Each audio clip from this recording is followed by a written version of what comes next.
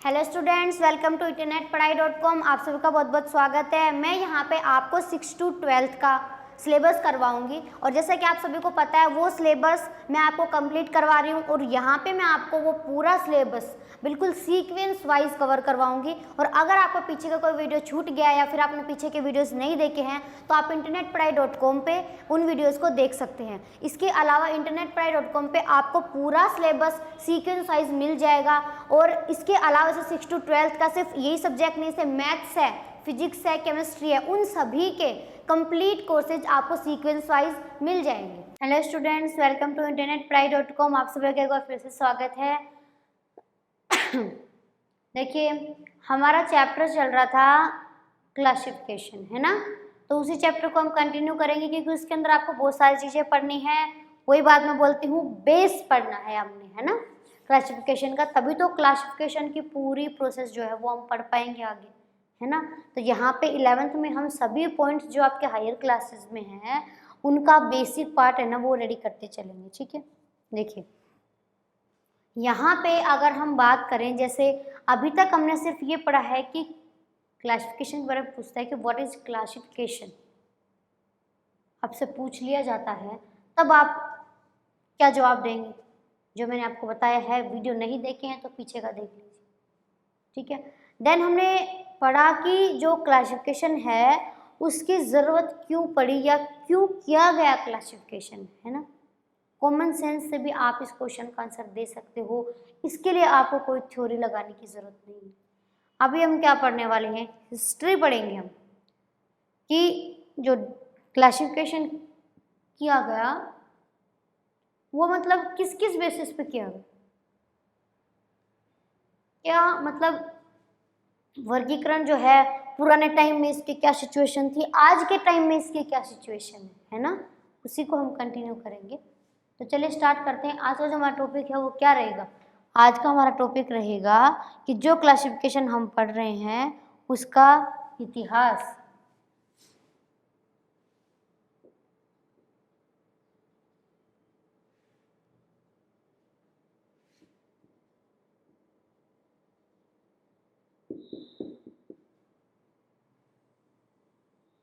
ठीक है, देखिए एक चीज यहाँ पे मैं आपको बता सॉरी, देखिए यहाँ पे एक चीज मैं आपको बताऊं कि वर्गीकरण जब किया गया तो उसकी कंडीशन पहले के टाइम को देख के और आज के टाइम को देख के उन दोनों में कंपैरिजन करके तब की गई, ठीक है। अब यहाँ पे मेनली क्लासिफिकेशन तो हम पढ़ रहे हैं, लेकिन प्लांट्स के अंदर उस क्लासिफिकेशन की हिस्ट्री है ना वो इम्पोर्टेंट है, उसी के बारे में मेनली हम यहाँ पे पढ़ेंगे। लेकिन हम साथ में जिक्र करेंगे कि सभी का क्लासिफिकेशन जो किया गया है ना वो किस तरीके से किया गया है, क्या मतलब था, क्या सीक्वेंस था, ठीक है। इसीलिए मैंने इस टॉपिक को पादप वर्गीकरण का हिस्ट्री ना देके सिर्फ ओनली क्लासिफिकेशन का हिस्ट्री बोला है, ठीक है।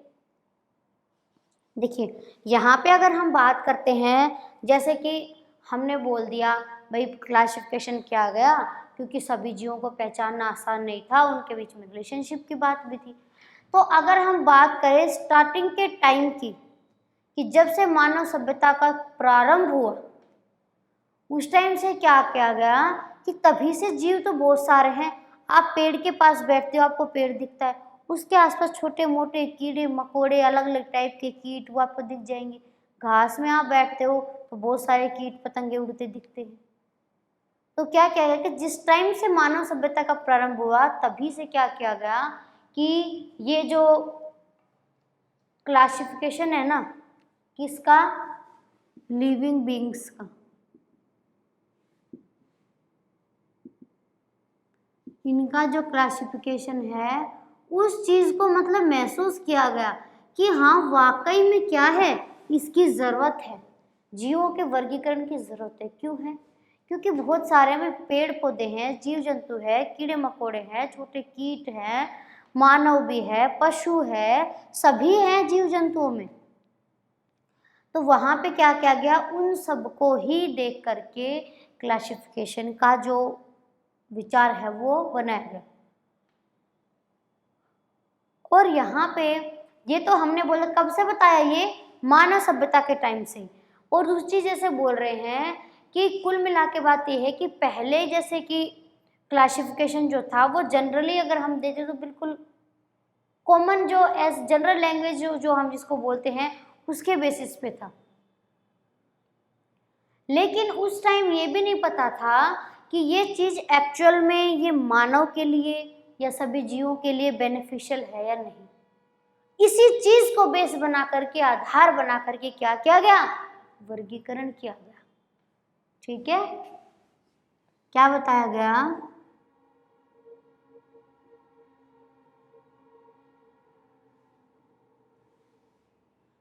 क्लासिफिकेशन का आधार किसको बताया गया। वर्गीकरण का आधार क्या बोल रहा है कि भाई जो जीव हैं वो है तो सही, बात मान ली आपकी कि उनके बिल्कुल, और पहले पता है आज इतना डेवलप है ना साइंस, इतना पहले नहीं था। सिर्फ ये चीजें पता थी था सब कुछ, लेकिन इतना नहीं पता था। फिर उसके बाद में धीरे धीरे विकास होता गया, बहुत ज्यादा खोजी की गई, सब कुछ किया गया, लेकिन उस चीज को इम्पोर्टेंस देने वाला कोई नहीं था। आज के जमाने में जो चीजें आसपास के कंट्रीज जो हैं वो डेवलप कर रही हैं, वो हमारे देश में पहले से थी, लेकिन उस चीज को उस तरीके से शो नहीं किया गया। इसलिए कि जो जीव हैं वो मानव के लिए पूरी तरह से उपयोगी है या नहीं है, तो उसी के बेसिस पे क्या किया गया, जो वर्गीकरण है ना वो पूरा किया गया। एक दार्शनिक का नाम सुनते हैं हम, ग्रीक दार्शनिक,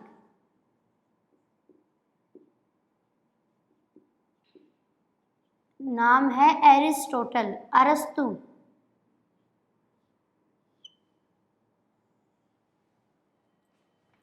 बहुत ही महान दार्शनिक हैं,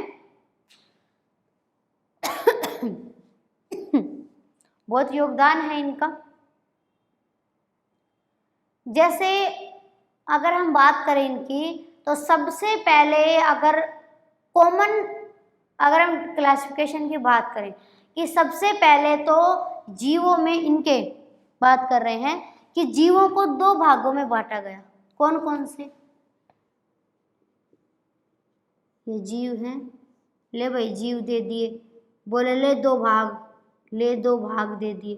कौन कौन से, जो कॉमनली आप भी जानते हो, ये प्लांट्स पादप और ये जंतु। क्या है, ये पादप और ये जंतु, इन दो भागों में बांटा गया।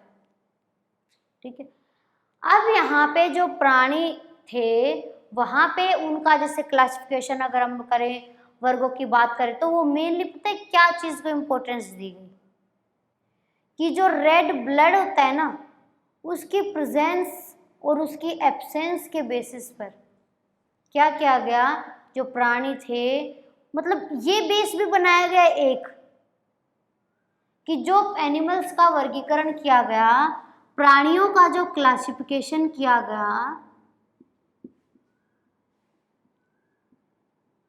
पुराने टाइम की बात अलग है, अलग अलग बेसिस पे बताया गया था, वो वर्गीकरण किया गया। तो उसको क्या बताया कि जो रेड ब्लड है उसकी प्रेजेंस एंड सेकंड उसकी एब्सेंस, इन चीज़ों को मेनली आधार बनाया गया है कि ये पाई जाती हैं या नहीं पाई जाती हैं। और जनरली क्या बताया गया, इनने जीवों को दो भागों में बांटा, पादप में और जंतुओं में। ओके, पहले तो ये बता दीजिए, इतना समझ में आ गया ना तो वीडियो को लाइक कीजिए, कमेंट बॉक्स में कमेंट करके बताइए कि आपको मेरा पढ़ाया हुआ कैसा लगता है। और हमारे इस क्वालिटी एजुकेशन के इनिशिएटिव को ज़्यादा से ज़्यादा लोगों तक पहुँचाने के लिए वीडियोज़ को लाइक कीजिए, शेयर कीजिए, क्योंकि जितना ज़्यादा और जितना जल्दी आप वीडियो को लाइक करोगे, शेयर करोगे, उतनी ही जल्दी हमारे एक्सपर्ट की टीम आपको बाकी सभी सब्जेक्ट भी जल्दी से जल्दी प्रोवाइड करवाएगी। बट उसके लिए पहले आपको सभी वीडियोज़ को लाइक करना होगा, शेयर करना होगा व्हाट्सएप पर, फेसबुक पर। सो आप कीजिए, सभी वीडियोज़ को लाइक करो, उतनी ही जल्दी सभी सब्जेक्ट को फॉलो भी कर सकेंगे आप। देखिए, हमने बोला कि रेड ब्लड के बेसिस पे क्या गया, अब ना अलग अलग तरीके के कॉन्सेप्ट्स दिए गए। क्या कि जो गति करते हैं ना उस गति के आधार पर बांट दिया, जो चल रहा है मतलब उसमें क्या, चलने वाले, जैसे मेनली आता है ना मोशन को, गति को। जब आधार किसको माना, गति को जब आधार माना तब उसमें भी डिवाइडेशन कर दिया। किस किस का कर दिया? चलने वाले,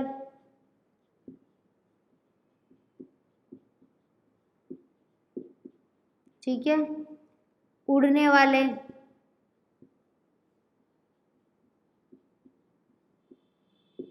और तैरने वाले।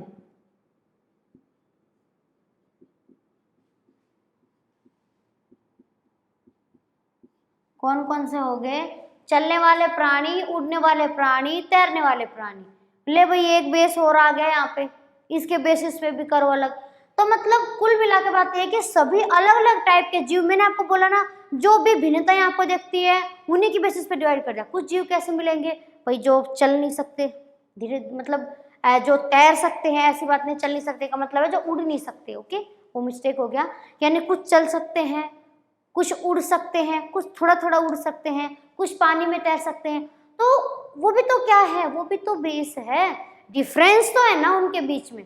मुझे तो ये बता दीजिए, जब डिफरेंस नहीं होगा तो अलग करने की जरूरत क्यों पड़ेगी? डिफरेंस था इसीलिए तो अलग करने की जरूरत पड़ी है। वही चीज यहाँ पे है कि उनके बीच में जब डिफरेंस था तो उनको ये बात दिले, भाई तुम बोल तो रहे हो गति के आधार पर, अब बताओ क्या जरूरत नहीं है क्या? कुछ चल रहे हैं, कुछ में इतनी कैपेसिटी है कि वो उड़ भी रहे हैं, किसी में इतनी कैपेसिटी है कि जो तैर भी रहे हैं, है ना? तो ऐसे बोल रहा है कि बता भाई जरूरत नहीं है क्लासिफिकेशन की, तो आप खुद बताओ है या नहीं है ना? ठीक है। अगली बात क्या बोली कि पादप जो इन्होंने आगे लिए उनका भी क्लासिफिकेशन अलग तरीके से किया गया। मेनली मैं आपको समझाऊंगी, पूरा एक टॉपिक बनाया है मैंने पूरा इसी के ओनली प्लांट्स के बेसिस पे, उनमें भी क्लासिफिकेशन का बताया। अब देखिए इसका तो इसने ये बता दिया, ये जंतुओं की बात कर दी इसने, है ना? और इसी तरीके से उसने क्या किया, पादपों की भी बात कर दी। किसके बेसिस पे? उनका जो कैरेक्टरिस्टिक्स दिखे हुए सिंपल, उनके आकार के उनकी जो स्ट्रक्चर थी, मतलब उसके कैरेक्टरिस्टिक्स को देख के उसी के बेसिस पर क्या कर दिया, उसने प्लांट्स को भी डिवाइड कर दिया है। ये तो प्राणियों का हो गया। उसने किस में बांट दिया? हर्ब, श्रब और ट्री। ठीक है, उसने बोला ले भाई ये और बता। मतलब कुछ बहुत छोटे हैं, यानी मतलब हर्ब जो छोटे हरे हरे पौधे होते हैं ना, जो दिखने में बहुत अच्छे बहुत प्यारे लगते हैं, वो झाड़ी वाले थोड़े से घुमावदार हरे हरे पौधे, थोड़े से भारी, एक बिल्कुल छोटे होते हैं, एक बड़े पौधे। पेड़ जो बड़े आपको दिखाई देते हैं ना, वो वृक्ष। ले ये वही इसने और बांट दिया। तो इसीलिए क्या किया गया कि ये सारी चीजें बताइए, ये क्या है? ये पहले के टाइम में जब इनका डिवाइडेशन किया गया तो क्या ये इतने बेस थे तब की डिवाइडेशन नहीं किया जा सकता क्या? क्लासिफिकेशन नहीं किया जा सकता क्या? जब इतना डिफरेंस है सभी के बीच में, किया जा सकता है ना? तो इसलिए क्या की गई, वर्गीकरण की आवश्यकता महसूस की गई। अब तो बता सकते हैं ना आप। तो ये था कुछ पॉइंट हमारे, इसलिए मैंने कॉमन पढ़ाया है ये कि पादप और जंतु दोनों का क्लासिफिकेशन इसके अंदर आता है। ठीक है, नेक्स्ट वीडियो में हम पढ़ेंगे अगला टॉपिक, इससे आगे की प्रोसेस।